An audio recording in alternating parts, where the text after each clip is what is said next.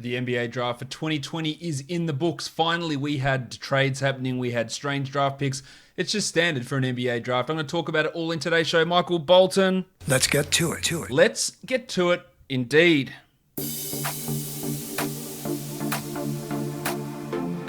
You are Locked On Fantasy Basketball, your daily fantasy basketball podcast, part of the Locked On Podcast Network.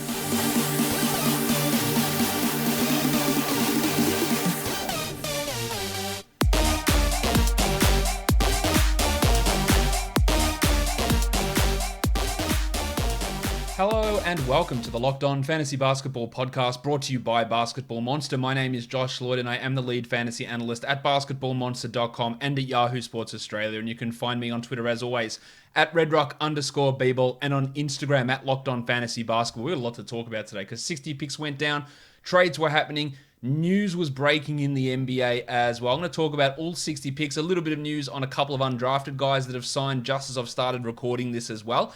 Tomorrow's show will be the Dynasty Rookie Ranking. So for everyone who's been asking me that will be tomorrow's show because now I have to sit down and put these guys into some sort of order in terms of Dynasty Rookie value. So I'm going to do that after I record this show. This is just a recap of the draft. We'll talk about what happened. And then tomorrow is your Dynasty Rookie Rank. So let's talk about some news across the NBA before we get to the draft. And of course, the biggest news probably is the injury news to Klay Thompson. Now we'll have more information on this tomorrow. But the wording of the tweets was never good from Shams and Woj about Klay suffering a lower leg injury. It's now come out that they fear it is a torn Achilles tendon. Woj is saying there is some optimism that maybe he won't miss the entire season, but it's obviously a significant injury, and I think we should be expecting Klay to miss.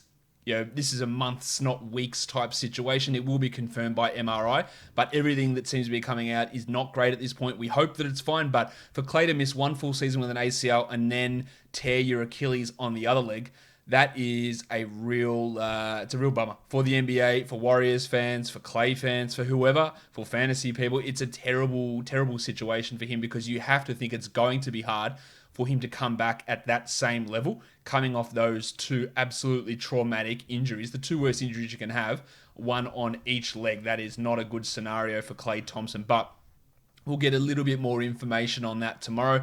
But at this point, we're expecting a torn Achilles diagnosis for Klay Thompson. Now, when that happened about an hour before the draft, a lot of people speculated this is going to change the Warriors' mindset in the draft. It didn't. It never should have. I think they still should have taken a guard there anyway, but when you've made your plans, you make them that way, and you have what you're going to do in the draft, irrespective of an injury like this. So I think they made the right choice in sticking with what they were going to do, which we'll talk about later on. But it's obviously horrendous news for the Warriors. The other news is the Bogdanovic trade to the Milwaukee Bucks is off. Bogdan allegedly has never agreed to this sign and trade, which I don't know how two teams can get together and say we're going to sign and trade him if he neither agrees to sign or to be traded, which he needs to do in this scenario. And it looks like there are going to be other suitors coming in and he will enter restricted free agency. Just an absolutely wild set of circumstances. You expect nothing less from the Kings, but from the Bucks, obviously not a great look for them. I don't know if this is some sort of elaborate ploy to walk back the potential tampering charges they were going to get because, of course, free agency doesn't start until Friday. And to be signed and traded as a free agency, you can't do that until free agency starts. So maybe it's part of that. But the latest reports coming out have not been saying that. They have been saying that, no, look, Bogdan's just pissed and he's not happy with it. And yeah, fair enough. If he wasn't consulted in a sign and trade where he was being signed, you might want to talk to him about that because that's obviously he's a big part of that. And yeah, so we don't know what's now happening with those players. Donte DiVincenzo, of course, in that deal, he'll be headed back to Milwaukee. We don't know anything else they're going to do, but obviously a wild set of circumstances to have that deal that was allegedly agreed upon no longer be something that's going to happen. And we'll update that over the coming days when we hear more about it. But yeah, obviously just a weird scenario. So what I'm going to do now is go through the draft. We're going to look at team by team what they did and talk about that. I'm not going to go pick one, pick two, pick three. I'm going to do it team by team. So just trying something. I think it was going to work this way, but that's what I'm going to do. But before I do that, I need my energy because this was a bloody long day and I need to break through that wall. Now, your wall might be physical, it might be mental, whatever it is, Built Go is what you need. It is the energy gel that helps you break through that wall with long-lasting energy that's natural. It comes in 3 delicious flavors: peanut butter honey, chocolate coconut, and chocolate mint. 1.5 ounce packages that you can stick in your pocket, stick in your briefcase, stick in your car, wherever it is. When you need that boost to get through the afternoon, Built Go is there for you. It has energy gel plus collagen protein, B3, B6, B12, beta-alanine, honey, and caffeine. And the collagen's in there to help promote soft tissue health, joint health, hair health, and skin health. The stuff literally makes you look better. Go to BuiltGo.com, use the promo code LOCKED, and you'll get 20% off your next order. So use that promo code LOCKED for 20% off at BuiltGo.com. Let's go. Let's go indeed, because let's talk about the Minnesota Timberwolves, who had pick number 1, and they chose Anthony Edwards. It was looking like they were going to pick Edwards in the last couple of days. I couldn't disagree with this pick more, but I'm not the one making that selection. So they made that pick. They got Anthony Edwards. I hate it. I think that Edwards is going to be inefficient. He's going to be third in this pecking order offensively, and he needs the ball in his hands, and he's not going to have it because D'Angelo Russell's going to have it and Karl-Anthony Towns is going to have it, and Edwards struggles with shot selection, defensive positioning, offensive positioning.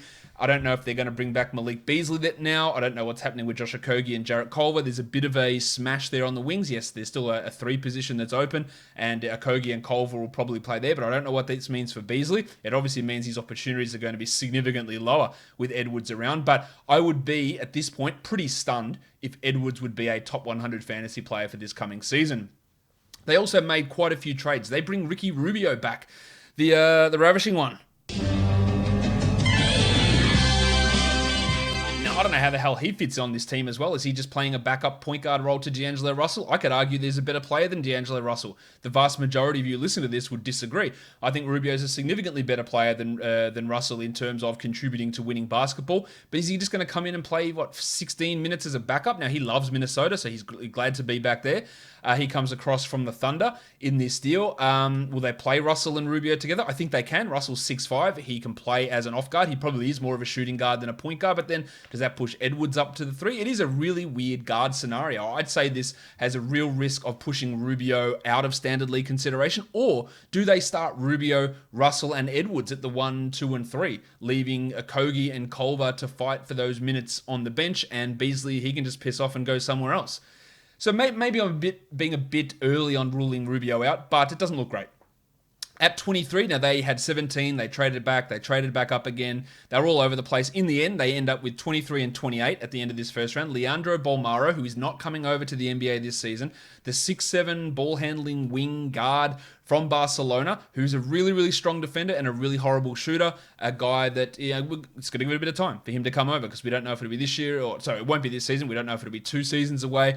Bolmaro, a long way away. And then 28, Jaden McDaniels, another player who needs a ton of development. He's going to fit right in there next to Jared Vanderbilt. There is obviously minutes open at power forward because they don't have one at the moment, depending on what they do with Juancho Hernangomez. So that's not fair. They do have Jim Johnson, but obviously James Johnson is not a long-term prospect. McDaniels is, and a guy that looked really lost in college last season. Similar to Anthony Edwards, probably not quite as bad as Edwards, but these are 3 guys they drafted, Edwards, Bolmaro, and McDaniels, who all have significant concerns with their shot, and it's a little bit of a worry for how they're going to build this team out. So, especially when you've got Okogie and Culver there as well. The only bloke that can shoot is really Karl-Anthony Towns. Russell's not a bad shooter, but he's not a knockdown shooter. So there's some absolute concerns there in terms of how they're building that team out. I didn't like the Edwards pick. I don't mind the Bolmaro pick. I didn't like the McDaniels pick. So not the greatest draft, I would say, for Minnesota. And this is on the back of them, me not liking what they did last year at pick 6 with Jarrett Culver. So a bit of a rocky start for me for Gerson Rosas. Now, in terms of these picks, there is shit flying around all over in the second round, and some of these picks I may either have missed or I might have got the team wrong because there's conflicting reports all over the place. I think I've got it all covered, but this, and that'll get cleared up tomorrow when I get it, but I'm doing this literally as soon as the draft finished. At pick number 2, the Golden State Warriors. Blunty. Where are you now? James Wiseman, it was always going to be James Wiseman. It shouldn't have been James Wiseman, but it was always going to be James Wiseman. I don't think he's the second best player in this class. I think he's probably the second best center in this class, but he goes at number 2. Will they start him over Kevon Looney and Marquise Chris? Maybe, but I think that yeah, rookies are generally shit at defense in their first season. Now, this does take a little bit of the pressure off him because if Clay's out for the season, the Warriors' chances of competing for that title are significantly reduced. So maybe they feel a bit more comfortable with Wiseman. But I think he's only like a 21 to 22 minute a night guy, at least in this season. I worry about what he does offensively and defensively outside of his shot blocking, but he's in a great developmental spot. I just don't expect a massive, massive role for him straight up. And then they get old Red Hat Nico Mannion at 48, a guy that was projected as a top 10 player before the college season and fell all the way to 48. Point guard out of Arizona. He's totally fine. They do need some backup ball handling help, and he could be a rotation player because Kai Bowman and Jordan Poole are the guys who were playing backup point guard for this team last year behind Steph Curry. So there's an opportunity for Mannion to be a rotation player, but I don't love him as a long-term guy. Then at 51 is a draft and stash player, Justinian Jessup, the wing out of Boise State, who's playing in Australia in the NBL for this season for Illawarra. A real knockdown three-point shooting wing who could realistically, like a Damian Lee, like a Michael Mulder who came in at the end of last season, fill a role on this team next season. But Jessup at pick 51 there. Next up was the Charlotte Hornets. Love this for Charlotte at number 3. Their draft is, how do I say? It's polarizing to me. I loved Melo at 3. I think he should have been number 1. Getting LaMelo Ball, making him the guy on this team, I think is the right thing to do. Devontae Graham is there. Yes, he can play with Devontae. Terry Rozier is there. Yes, he's shithouse. Look, that was a terrible contract at the time.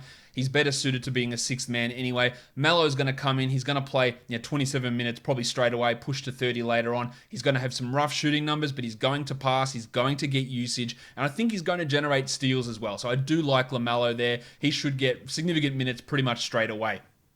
Then I'm not so sure I like it. At 32, Vernon Carey Jr. I'm a massive Vernon Carey Sr. fan, former offensive lineman for the Miami Dolphins. I just don't think that this was the greatest use of an asset. Too many centers got drafted in the wrong spots. At 32, Carey went when you could have taken any number of guys. Robert Woodard, Trey Jones. You could have had Jordan Warris, CJ Allaby. Isaiah Joe was absolutely hanging around. Cassius Winston was another guy hanging around there. I just didn't like that use. And then trading for pick 42 to bring in another center, Nick Richards, out of Kentucky. Now, the Kentucky Boost, I guess, is traveling there with Richards. We know they had center issues, but is Carey or Richards the answer? Absolutely not. What does this mean for Cody Zeller? What does it mean for their perhaps pursuit of Montrezl Harrell? I'm not sure. But, I wouldn't be expecting big things out of Carey or out of Richards. Then at 56, an unbelievably good pick. Grant Riller, the shooting guard out of Charleston, a guy that can score, could be literally one of the best pure scorers in this draft and fell all the way to 56. There's a lot of guards on this team. There is an absolute ton of guards because we've got Rozier, we've got Graham, you've got Ball, obviously. Then you've got the Martin boys who played some pretty good basketball towards the end of last season. And now you add Grant Riller into that mix.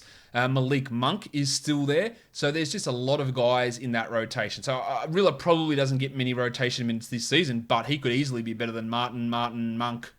Yeah, easily. Better than Rozier. Shit, I reckon there's a chance he's a better player than Terry Rozier within a couple of months of this season. But that is how the Hornets draft ended up looking. So some pretty solid selections, I think, there in the end for Charlotte, although a couple of questionable ones there. Right smack bang in the middle. Next up, the Chicago Bulls. Do I have the sound loaded?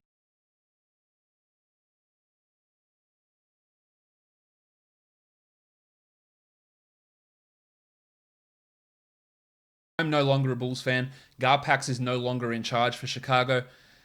But Patrick Williams at 4, man, it is... Williams didn't start for Florida State. He's got some upside as a 3/4, a guy that maybe can be a solid defender, can maybe provide some offense, but I just don't know what he is. Like, what's the point here? I think there was significantly better players on the board. Onyeka Okongwu, Killian Hayes especially.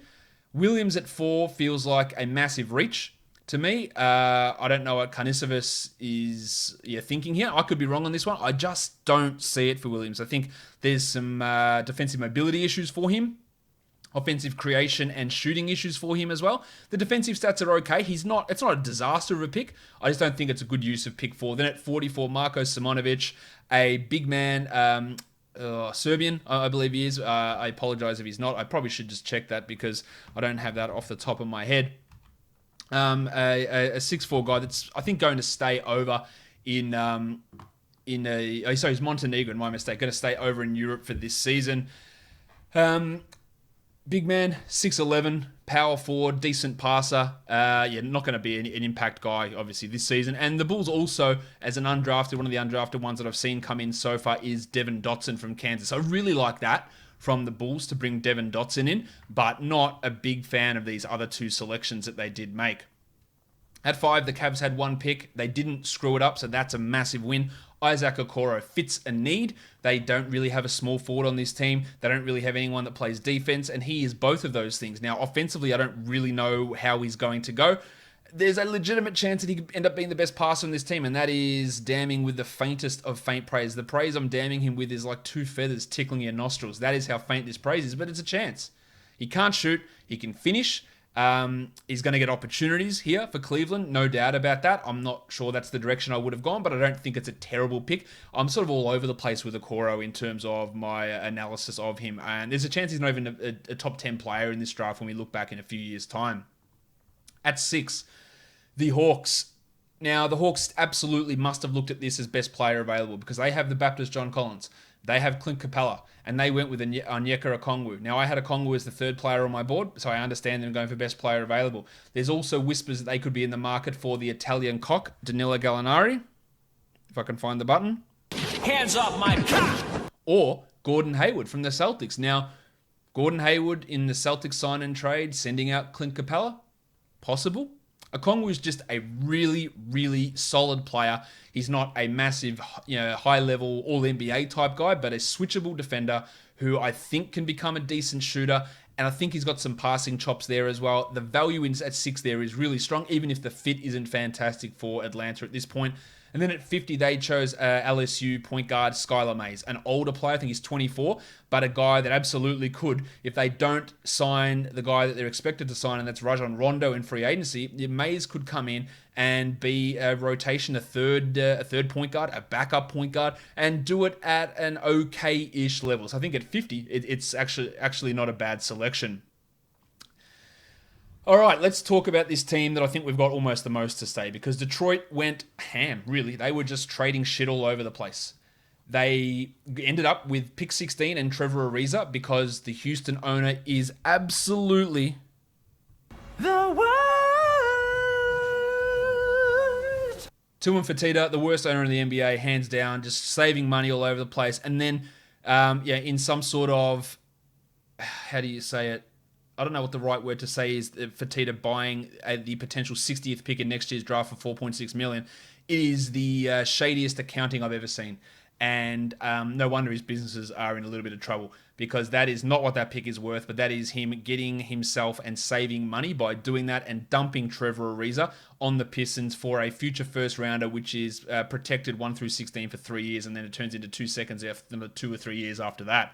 So that was a good piece of business for the Pistons, getting Trevor Ariza, getting pick 16 as well, selling that pick, which means jack shit, and getting cash in it as well. So really, a no-brainer piece of business from them. At pick 7, Killian Hayes falls into their lap, and they knocked it absolutely out of the park. He should be the starter day one. Derrick Rose is still there. I don't imagine Derrick Rose is going to be on this team for all that long.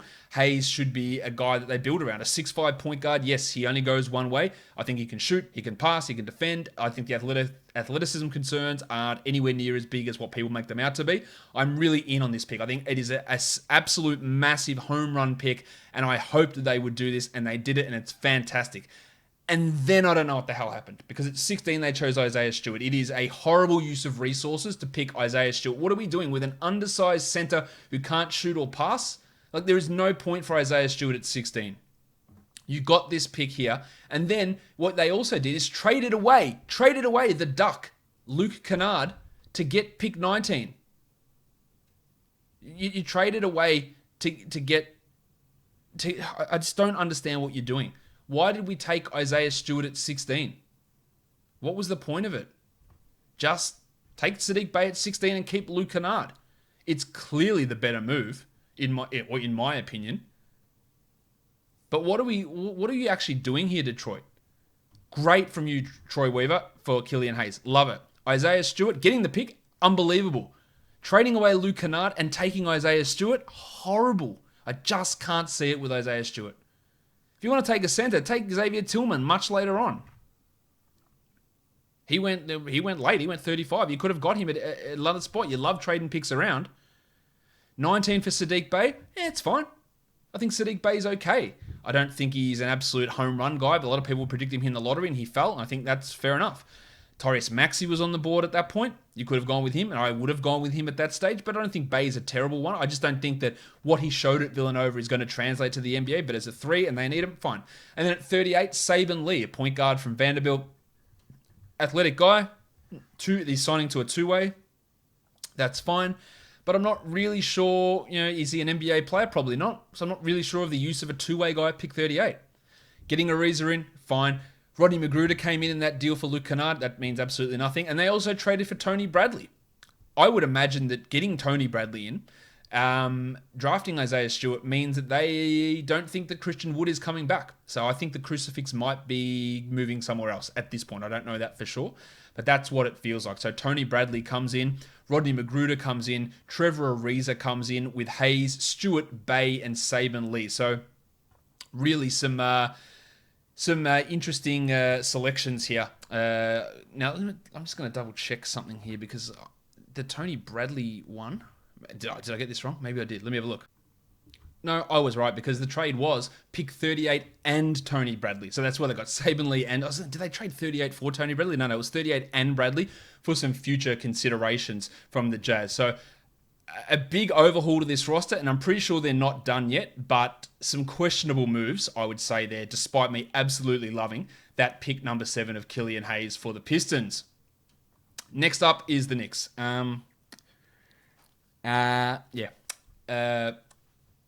When you can predict what's going to happen for a team as shit as the Knicks, based on the fact that their new GM used to be the head of CAA, and then the coach they hire, who shouldn't have been hired as a coach, Tom Thibodeau, is a CAA client, and then the pick that they have at pick 8 is a CAA client, and it shouldn't have been the pick. It's poor. Obi Toppin at number 8. Remind you that they had Marcus Morris, Julius Randle, Bobby Portis, Taj Gibson all come in last year. Randle is still there. I would think they'd want to get all the way off him because he's not that good. Maybe they can, maybe they can't. Toppin, I think he has massive concerns. I think he would fit as a bench scorer type on a good team. This is not that team.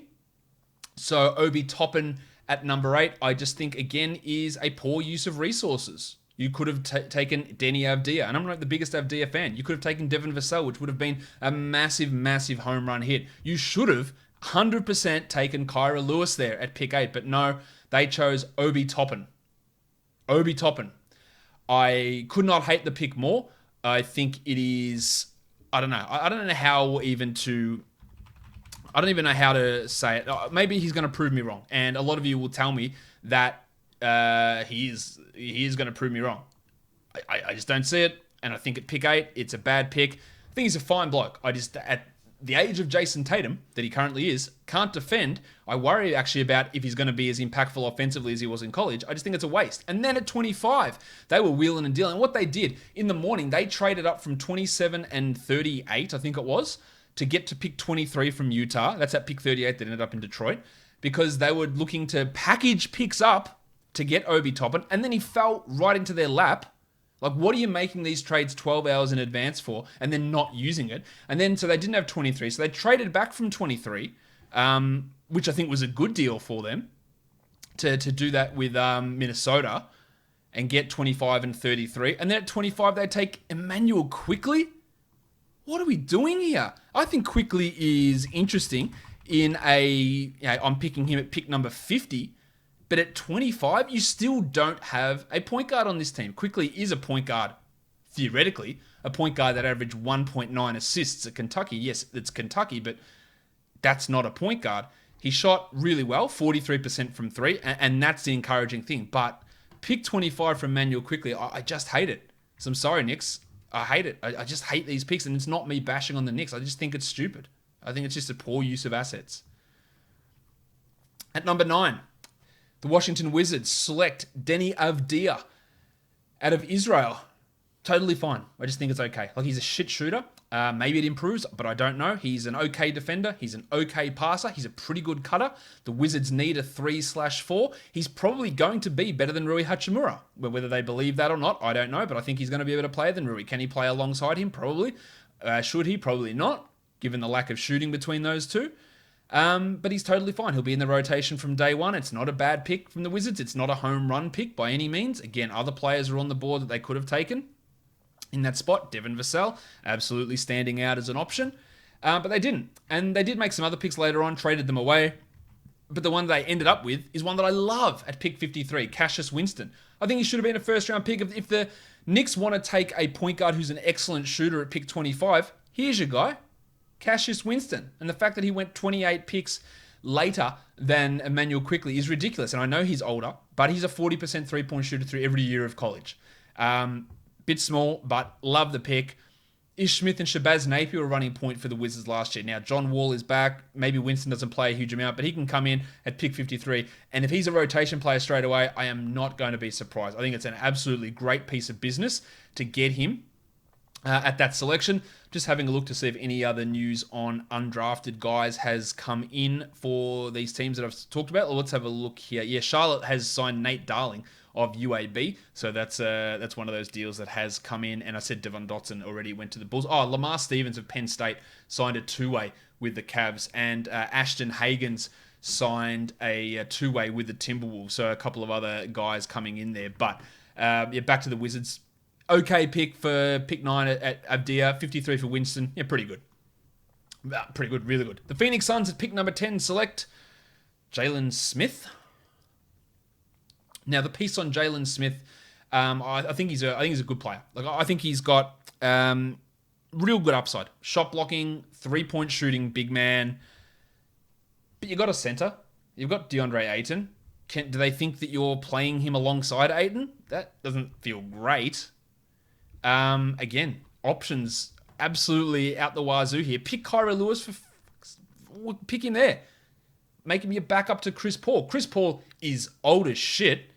Give Kyra 2 years, then he takes over. What do we do? If we're taking a backup to DeAndre Ayton, why don't we take a backup to Chris Paul instead, who's actually a better player? Smith lacks strength. He could be an absolute bust clearly here.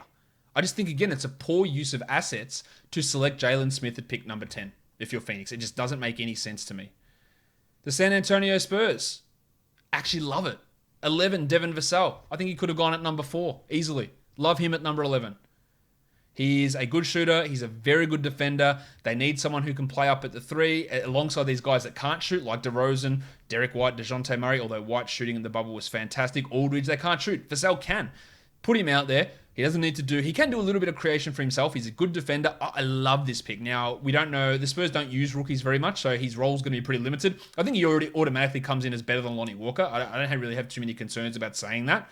But he probably won't be in the rotation over Lonnie. But this is a pick for the year after. And they've got Keldon Johnson there as well, so another solid wing. But a White, Murray, Vassell, Johnson 1 through 4 in 2 years' time looks pretty bloody good, to be honest, for San Antonio. So I love it. And then at 41, Trey Jones, fantastic. Just a very strong backup point guard who can pass, who can shoot, who's a good offensive player. Just an absolute no-brainer pick with him sitting there at 41. I love it for San Antonio. I think they did a really, really good job.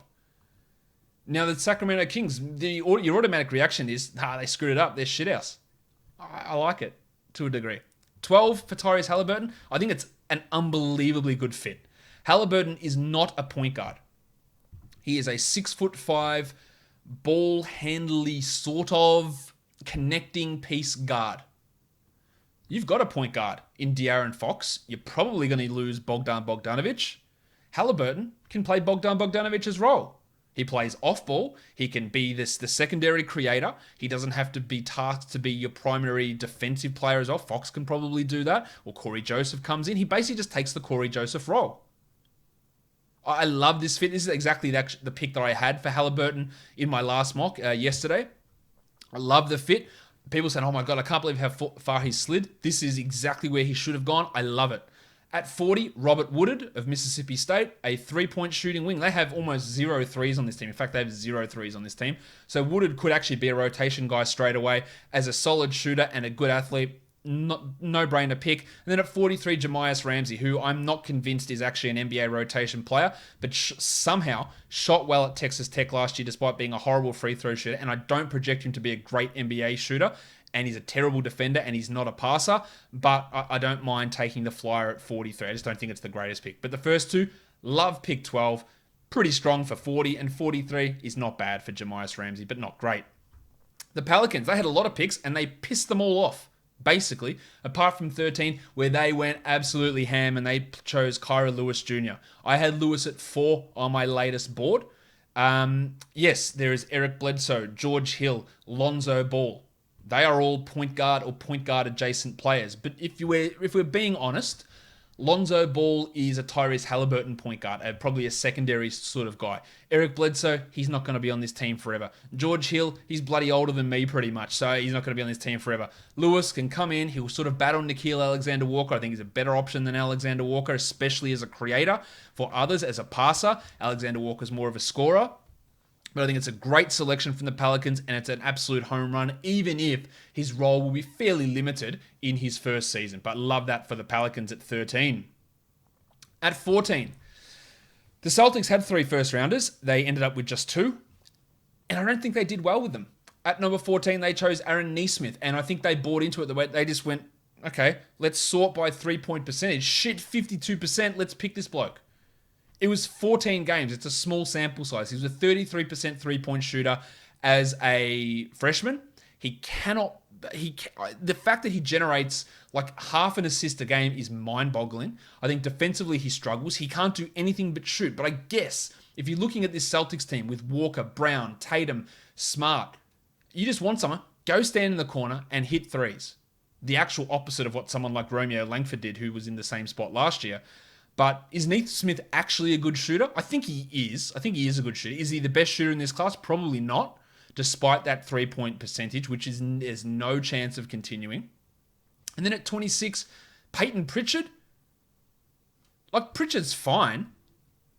But at 26, after they promised him this spot, a draft promise, which you know I hate, there were plenty of better players still available on the board at that spot. For example, Malachi Flynn, Desmond Bain, Tyrell Terry, Teo Maladon, Xavier Tillman, who would have been the perfect selection for the Celtics there. I could go on. There are plenty of other options who are better there than Peyton Pritchard. I just don't understand it. To sort of save their draft, at 47, Yam Madar. Love it. I was going to sneak him into the first round in my last mock. I had him early second. He's not going to come over this year. They don't need him. They don't have the roster spot, but a really tenacious defensive point guard who can pass a little bit. The shooting is still a work in progress, but I love it. Maybe he eventually can be a Brad Wanamaker type, but the Pritchard one just doesn't make sense. I think Nesmith, if it was any other team, I'd kill them more for it, but yeah, I don't love that pick of Nesmith there.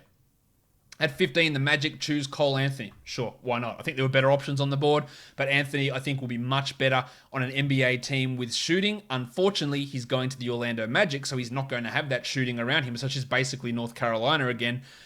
He can be much better than he was at North Carolina. He's not going to challenge Markelle Fultz for the starting point guard job this year. Can he play alongside Fultz? I have my doubts about that. But losing DJ Augustin, if you get a solid backup point guard at pick 15, it's a win. Remember, you don't get...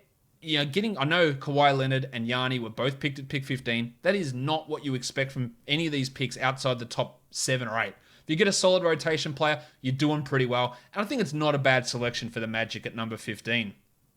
At number 16, we've already talked about because that was the Isaiah Stewart debacle. The Oklahoma City Thunder, they traded up. They used some of their picks, the ones they got from the Lakers, their 25th pick and the 28th pick they got from the Lakers for Schroeder and Ricky Rubio, to send to the Minnesota Timberwolves to take my mate, your mate, Alexei Pokusevski. I could not froth over this harder. I don't know how much he's going to play straight up. The Thunder are very far away from being done.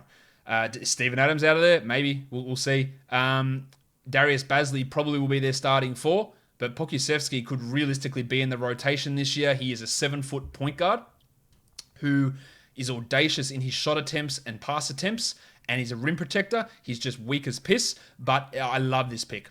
At 34, they choose Teo Maledon. Like it as well. Get your backup point guard in there. They lost Schroeder, they lost Paul, they lost Rubio, who they just acquired. Maledon can come in and probably be a rotation guy immediately behind Shai Gilgeous-Alexander. A strong pick. At 37, they select a guy. Now, the only guy out of the 60 guys who was selected who I had literally done no research on was Vit Krejci out of the Czech Republic. Now, Krejci is not going to come over. He is rehabbing an ACL. He is a 6'7"-ish point guard. 6'8". The numbers for him are, let's say, subpar. 9 minutes a game for Zaragoza in the Spanish league. He shot 34% from three and averaged 3 points per game with 0.7 assists. I don't really know what the hell to make of Krejci. It is a let's see what happens, keep him in Spain for 4 years sort of a pick and see where it goes. But they got him, and we'll see what that is. But they did more stuff than that because they traded for Al Horford. Now, I don't think Horford's necessarily going to stay on this team, but they traded for Al Horford. They sent Danny Green out, and they bring Al Horford in, along with pick 38 and a 2025 first-round pick. They got rid of Terrence Ferguson and Danny Green, and they got the rights to Vasily Micic, who is a very good European point guard, a former second-round pick of the Sixers a few years ago. The Horford one's interesting. Will they look to ship him out again? Will they look to ship Steven Adams out? I don't think they're just going to say, well, we're starting Horford and Adams together now because we saw that having Horford starting at power forward doesn't work. Now, they want to lose games, and they're going to lose games. Don't get that mixed up. They're going to lose games. I don't know what that role is for Horford, but they did it, and they got him, and we'll see exactly what that ends up meaning when more moves go down. But some activity. I love the Pokusevski. Is there any more diacriticals on names than there is for this Thunder group? Pokusevski, Maledon, Micic, and I'm very surprised that Krejci doesn't have one of those marks on his name as well. Al Horford just feeling a little bit left out there with all the other European names alongside him. At number 18, the Dallas Mavericks, Josh Green. Yeah, really strong pick. One of the best defenders in the class. I think corner threes might be okay. Finishing is a worry, but you're playing alongside Luka Doncic. You're going to get open corner threes. Can he be Dorian Finney-Smith? Can he be better than Dorian Finney-Smith, but a 2-3 rather than a 3-4? Yeah, I think he could be. I think it's a massive, massive pick that fits what this team needs, and is an opportunity to be in the rotation. The problem is another Josh came across who's going to take a lot of those minutes. And they traded for Josh Richardson. They got a second-round pick back as well, and they sent out Seth Curry. Now, they lose shooting, but they do get defense there. And I don't know what this means for where Tim Hardaway goes, but a Doncic, Richardson, Hardaway at the 3, Finney-Smith at the 4, Porzingis at the 5 line. I remember Dwight Powell still rehabbing his Achilles. It's a pretty bloody terrifying unit. Can Richardson playing in a role offside Doncic and Porzingis recapture some of his form? I think he'll be more Philadelphia than Miami, but I think in a better area. It is still a little bit of a curious trade, even if you think Richardson's a better player than Curry, which you probably should, but in terms of how it fits, maybe Seth is a better option given his shooting. I think Philadelphia actually won that trade by getting Seth back and just going to Simmons and Embiid. You are just getting shooting, and that is it. You guys run everything, and everything around you is shooting. And that's sort of what they did. But then the Mavericks made another couple of really strong picks. At 31, they picked Tyrell Terry, who slid a long way. A shooter. Is he the Seth Curry replacement? It really looks like it. He's going to have to work to be a rotation player, and he's not going to be Seth Curry because Seth Curry is like a 45% three-point shooter. But it is a really strong pick to get him there. And then at 36, Tyler Bay. A guy that was projected in the first round. I don't think that Bay is going to be a solid NBA rotation player. I just think the offense is not there. But defensively, there's a lot to like. And this was the best offense in the NBA last season. So getting a guy that you can come in and actually be a defensive option, it's not a terrible idea. Much like getting Josh Richardson, much like getting Josh Green. So addressing some of those offensive issues and then getting the Terry replacement for Curry. I like what the Mavericks did here with this pick. Pick number 20, the Miami Heat. Hashtag Heat culture. We love how they develop guys. I hate it. I just hate it because I just don't know what Precious Achiuwa is. Actually, that's not true. I know what he is. He doesn't know what he is. Is he going to come in and be a backup center behind Bam Adebayo? Then fine, absolutely, no worries. Do you take an exclusive backup center at pick 20? It's a waste of time. I don't know why we're wasting so much draft capital on centers and backup centers at that. Could they coax the I'm an offensive superstar mindset out of Precious. They have to. Pat Riley should just come there and slap him and go, well, just calm down, my guy. You're not doing this. I just don't see the value in it. There were much better options there. And I hate it. Realistically, I just hate the pick. I could be wrong. A lot of people like Precious a lot more than me. Let's talk about the Sixers because they killed it. Absolutely nailed it. 21, Tyrese Maxey. Love it. A guy that 29% shooting at Kentucky, he's a better three-point shooter than that, I assure you. He is a good shooter. This is a guy, can he play the Shake Milton role better than Shake Milton? Absolutely he can. Isaiah Joe, man, he should have been a top 20 pick. Love this. An absolute bomber. Can he be in the rotation straight away? Yes. Number 58, Paul Reed. How did he fall that low? A guy with defensive stats that are absolutely unbelievable. Undersized, sure, but will he play some backup center in a Philadelphia team that's constructed by Daryl Morey? Maybe, probably, yes. Love it at 58. And they bring in Danny Green to replace Josh Richardson. And they bring in Seth Curry. And they bring in that's not that exciting. Terrence Ferguson comes in, but Tobias Harris, Joel Embiid, Danny Green, Seth Curry, Ben Simmons. Looks a little bit better and a little bit more space than what we saw last year. Tyrese Maxey off the bench. Isaiah Joe off the bench. Paul Reed in the mix. It's really, really strong work from Daryl Morey to make these moves and just say, Ben, Joel, everyone else can shoot. Do something. And I reckon it might work, but I don't know. But I do love it. I do love what they did, and I love Morey just putting his dick right on the table. Have a look at this sausage, and everyone deal with it. I love it. At 22, the Denver Nuggets select Zeke Nnaji. Why are we wasting picks on centers? Now, Zeke Nnaji is probably the best pianist to ever be drafted into the NBA. It doesn't really mean shit, and he looks like a great bloke. Offensively, there's some talent there. Yes, Mason Plumlee has turned to trash before our very eyes. Jeremy Grant and Paul Millsap might be gone. But Nnaji's not a good defender. He's an offensive-only center. Again, value is not there at that spot. I don't hate it as a pick, though. I think it's okay. I just don't really understand it for this team. And then at 24, they traded with a future pick to the Pelicans to get RJ Hampton, who slid a long way. And that I love. They can just develop the shit out of Hampton. Just let him sit behind the Blue Arrow, the headmaster Jamal Murray, behind Gary Harris, behind Will Barton, behind Monty Morris. He won't play this year. We'll just see him in a couple of years' time and we'll see how it develops. I love the selection of RJ Hampton. Not as high on Zeke. Maybe if I saw Hampton 22, Nnaji at 24, I'd be a little bit happier with it. But overall, I think it's a pretty good result from the Nuggets to have those two picks in the 20s. The Utah Jazz. Traded out at 23, got some assets back from the Knicks. Good move. And then you use that pick 27 for Udoka Azubuike. Yes, he's got a long wingspan.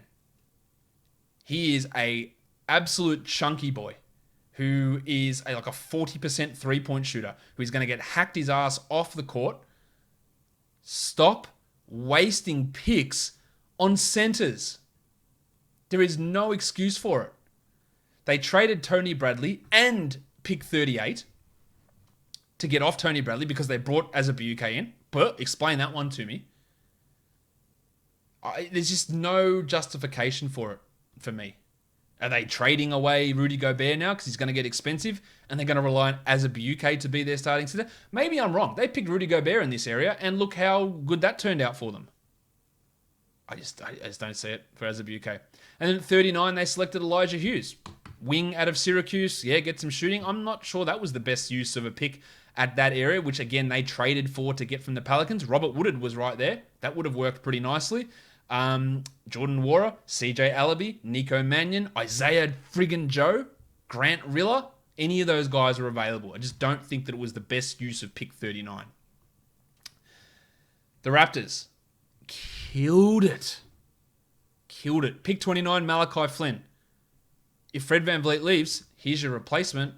Just a brilliant pick. Love it. I could not speak any highly of it. Then at 59, Jalen Harris, another killer of a pick. A good scoring guard, a Norman Powell type. Who knows what they're doing with Terrence Davis. I could not like what the Raptors did from 29 and 59 anymore. Unbelievable stuff from them. In fact, the only team I may have liked more in terms of later picks were these next guys, the Grizzlies. They traded for both these picks and got the two guys who had fallen a long way. Desmond Bane at number 30. What an unbelievable move to get Bane at 30. And then at 35, they come in and trade with the Kings and get Xavier Tillman. Yes, there's Brandon Clark and Jaren Jackson and Jonas Valanciunas there. Tillman will come in. He'll play. Gorgie Jeng's still there. He'll probably work his way in ahead of one of those guys at some point. Valanciunas won't be long for this team. You would think he's probably got another year there. I love the pick of Tillman. And Bane. Bane's probably already better than Dylan Brooks, to be honest. Brooks is just not a good fit on this squad, and I would much rather have Bane playing those minutes than I would having Brooks there. I cannot speak more highly about what the Grizzlies did here. The Clippers. Pick 33, Daniel Oturo. Stop wasting picks on centers. I hate this one for Oturo. I just don't think he's that good. 55 for Jay Scrubb. There was talk that Jay Scrubb was going to go at 16 to Portland. Now, that would have been stupid. But I think it's good value for them to get Scrubb at 55. A hyper-athletic JUCO guy, 6'6", scorer, shooter. He probably won't play, but it's worth a pick. But the most important thing they did was they traded Landry Shamet, and they got Luke Kennard. Now, the only thing I can think here, yes, a Kennard's going to get expensive. Well, Detroit, he's going to get expensive. That's fine. He's 24 years of age, and he's really good. His knees must be rooted. That's the only thing I can think of. He missed a ton of time with this... bilateral knee soreness vagueness last year. But if he's healthy, it is dominating as a move because he is unbelievably significantly better than Landry Shamet. He can handle, he can score, he can shoot. He's an okay defender. He's probably a better player than Patrick Beverley at this point if we're being fair and he's fully healthy. I love it if he's healthy. The Oturu pick, you can take it. I'm not that happy with that one. Getting to the end here, the Milwaukee Bucks. They at number 45, they selected Jordan Nwora out of Louisville. They traded back into these second-round picks because they thought they were getting the Bogdan Bogdanovic deal and they had no depth, and now they're not getting him, so I don't know how this is all going to work, but Nwora is a 40% three-point shooter on the wing who could find rotation minutes like in a Pat Connaughton sort of a spot. And then at 60, the last pick of the draft, Sam Merrill. Yeah, he's old. He's 24 years of age, but he's an unbelievable shooter. Again, getting shooting around Giannis, around Drew, around Brook, getting shooting is key. And Merrill, probably has only got 2 or 3 years before he retires, but getting him in as a guy that I need someone to shoot, can you do it? Yes, I can. There he is, and he's going to shoot for you. So I like what they did with those second rounders, despite the historic fuck up with the Bogdan Bogdanovic scenario. At 46, the Blazers make their first appearance, and I think they did it well. 46, CJ Allaby, shooter out of Washington State, a 6'8 wing. Fine. We know that how much they struggled for wing depth last year. They've got Bob Covington there now. Does he play at the 4? Maybe. Allaby's not going to start, but Gary Trent's there. Just another guy that they'll develop for a year, and then he might come in and be a 40% three-point shooter. I like what they did. Really, absolutely no complaints for the Blazers. The Rockets, I can complain about them all day because they are a disaster and they are going to be the worst team in the NBA very soon. At 52, they select Kenyon Martin Jr. Didn't play in college, went to prep school. I don't think he's really an NBA player. A little bit undersized for a 4. He's like a 6'7 center type. Maybe that's what the Rockets want. He's not going to be. He's not a prospect that I'm overly excited about, but they did something.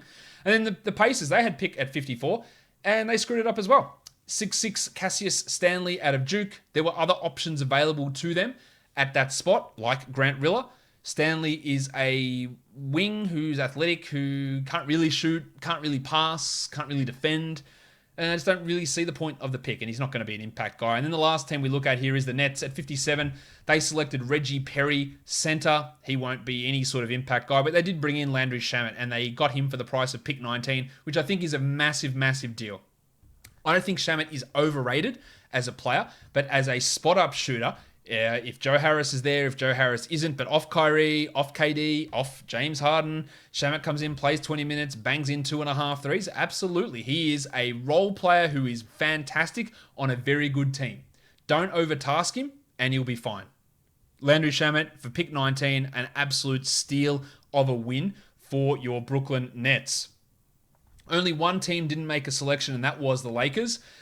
And in 50 minutes, I've banged out 60 NBA draft picks. Let's have a look if there's any more news about undrafted guys signing. Let's have a look. There are... Who's this guy? Jaleel Tripp. Okay, he's a player. He's signing with the Grizzlies. Sam McDermott is signing with the Grizzlies. Marcus Howard is signing with the Nuggets. These aren't really moving the needle that much. Mason Jones to the Rockets. And that's all the news at this point that we've got on the undrafted guys. But tomorrow I'm going to be back. And I hope I'm going to be back. Fingers crossed I wake up. I'm going to be back to do you a Dynasty Rookie Rankings. And I'm not going to do it 1 through 70. I'm going to try and do them more in tiers this time because that's how this draft really looks. It looks like a tiers sort of scenario. So that's what I'm going to do. I'll be back for that tomorrow. Don't forget the Discord server. The description's below. Everyone's been in there. It's been popping off. Appreciate everyone who's been a part of it. Appreciate Ben and Pasindu who have been organising. Fantastic stuff from those guys. Ben, of course, is my son. Pasindu is his mate from school. They've been setting this up and running it. Just really, really good stuff from both of those guys. But it's popping off over there, so go and check it out. There's going to be shows over the weekend, guys, because free agency kicks off on Friday. I'm going to be banging them out 7 days a week. You're probably going to get multiple shows a day some of these days as well. So some exciting stuff going on across the Locked On Podcast Network and on this show as well, guys. We are done here. Thank you so much for listening, everyone. See ya.